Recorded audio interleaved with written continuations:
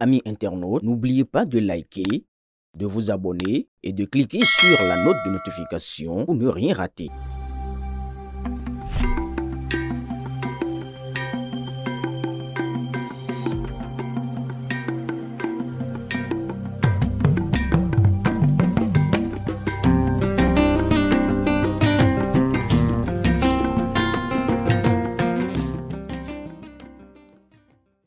Le Conseil des ministres s'est réuni ce mercredi 29 octobre 2025 sous la présidence de M. Patrice Talon, président de la République. Les décisions ci-après ont sanctionné la séance. Au chapitre des mesures normatives, en point 1, incorporation de la zone forestière de Séri au complexe du Parc national de la Pendjari. Cette zone connaît une dégradation inquiétante due à l'installation incontrôlée de champs de culture, l'exploitation clandestine d'essences forestières, le braconnage et autres pratiques nuisibles à la préservation de la nature. Du fait de ces incursions, la superficie de cet espace protégé s'est réduite, passant d'environ 1250 km² en 1996 à 553 km² en 2019, soit une régression de plus de 54% en 23 ans. Or, l'état de destruction continue de la zone compromet l'intégrité écologique de l'ensemble du complexe Pendjari et menace son statut de réserve de biosphère inscrit sur la liste du patrimoine mondial. Ce périmètre, de grande valeur écologique, comporte d'une part un écosystème forestier atypique dont la diversité biologique et les habitats naturels en font une extension du parc national de la Pendjari. Elle abrite d'autre part une faune diversifiée de grands mammifères tels que les damalisques, les éléphants, les buffles et les bubales. On y rencontre également des carnivores de prestige comme le lion, le léopard et l'hyène tachetée. L'autre atout non moins important est que cette aire géographique constitue un corridor de migration d'espèces fauniques tel qu'il a été observé à des périodes données. Le Conseil, tenant compte de l'aboutissement du processus participatif engagé depuis 2018 qui a consacré l'adhésion des communautés riveraines et des autorités locales, a décidé de prendre les mesures appropriées pour sa préservation et sa protection par son intégration totale au complexe de la Pendjari. Le ministre chargé du développement durable accomplira, en lien avec les autres ministres concernés, les diligences nécessaires à cette fin. En point 2, actualisation des modalités de mise en œuvre de l'assurance maladie obligatoire en République du Bénin. Au terme de la loi numéro 2020-37 du 3 février 2021 portant protection de la santé des personnes en République du Bénin, l'assurance maladie est obligatoire pour toute personne résidant sur le territoire national. Les modalités de sa mise en œuvre avaient déjà été précisées par le décret numéro 2023-327 du 21 juin 2023. Cependant, l'imminence de la généralisation de l'assurance maladie a rendu nécessaire l'actualisation de ces tests réglementaires aux fins d'intégrer à la liste des bénéficiaires à la charge de l'État les enfants référés par les structures publiques dans les centres de protection de l'enfant, les personnes en situation de mendicité et les malades mentaux. Aussi, le panier de soins de base a-t-il connu un réaménagement avec l'ajout d'autres affections courantes. Enfin, le décret apporte des précisions sur les sanctions encourues par les contrevenants. Au titre d'autres mesures normatives, ont été adoptés les décrets portant transmission à l'Assemblée nationale pour examen et vote du projet de loi de règlement définitif du budget de l'État, gestion 2024. Intégration des prêteurs alternatifs à la plateforme électronique de partage des informations sur le crédit en République du Bénin. Approbation des statuts modifiés de la Société nationale des eaux du Bénin. Réglementation de la profession de guide de tourisme en République du Bénin. Approbation de la nomenclature des activités et des produits du tourisme en République du Bénin. Autorisation de l'augmentation du capital social de la Société de production audiovisuelle SA par rapport en nature. Mise en place et gestion du compte satellite du tourisme au Bénin.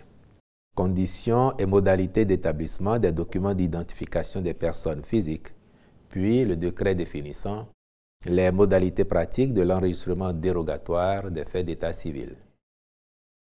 Au chapitre des communications, en point 1, remboursement du solde de cotisation pour pension de retraite au profit de 504 ex-agents militaires partis volontairement des armées et ayant accompli au moins 15 années de service.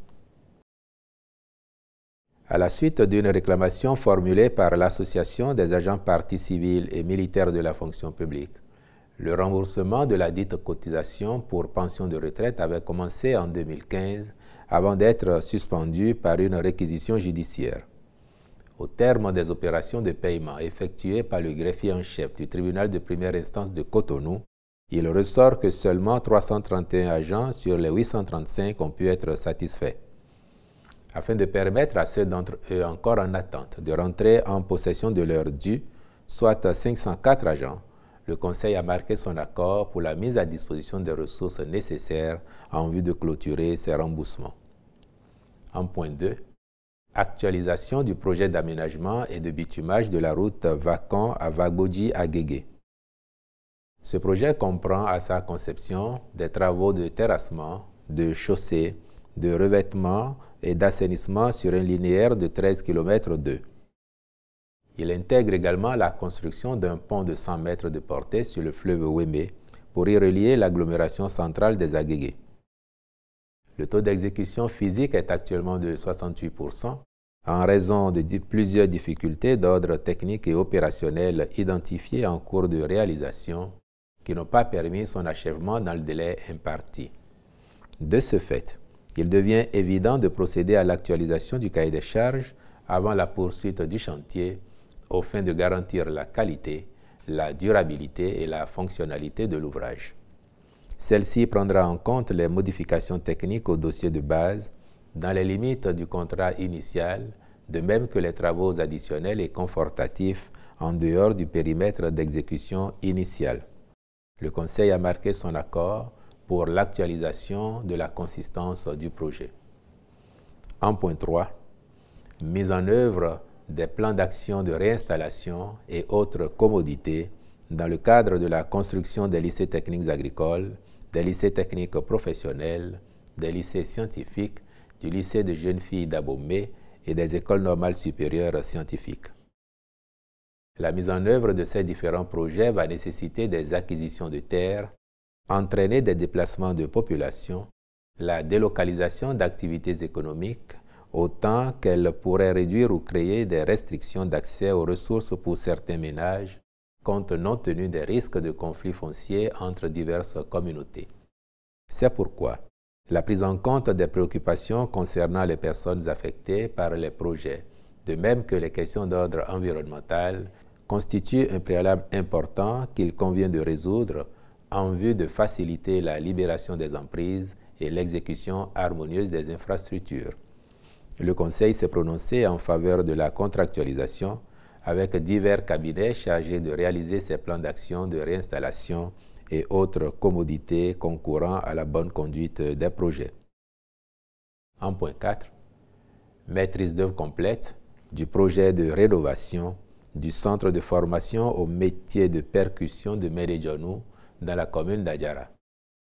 La rénovation du centre vise à offrir de meilleures conditions d'apprentissage aux jeunes béninois pratiquant les métiers de percussion et participe du renforcement de l'offre touristique de notre pays. Les travaux à engager consistent en la rénovation complète de la salle d'exposition, l'augmentation de la capacité d'accueil de la terrasse de même que du podium.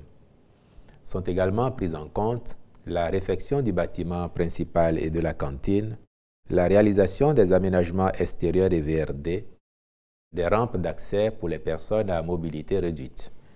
Le Conseil y a marqué son accord et instruit les ministres concernés d'accomplir les diligences nécessaires pour cette remise en état.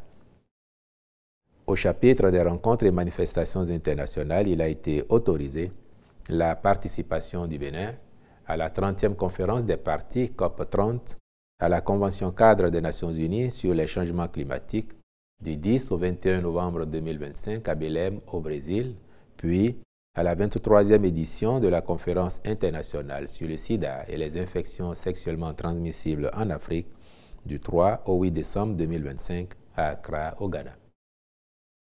Au chapitre des mesures individuelles, les nominations ci-après ont été prononcées. Au ministère de la Justice et de la Législation, collaborateur à la direction de la codification et de la législation, M. Justin Yadelin Seglé. Au ministère de la décentralisation et de la gouvernance locale, directeur adjoint de cabinet, M. Adéotan Jean-Paul Adebolou. Directeur des systèmes d'information, M. 7 ans Pascal Gelaz Lokono.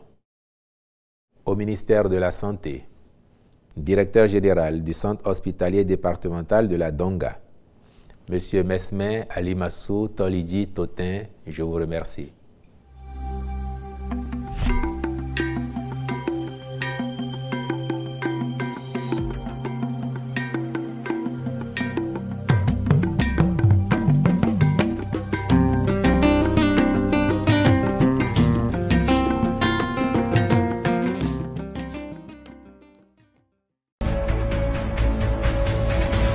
Amis internautes, n'oubliez pas de liker, de vous abonner et de cliquer sur la note de notification pour ne rien rater.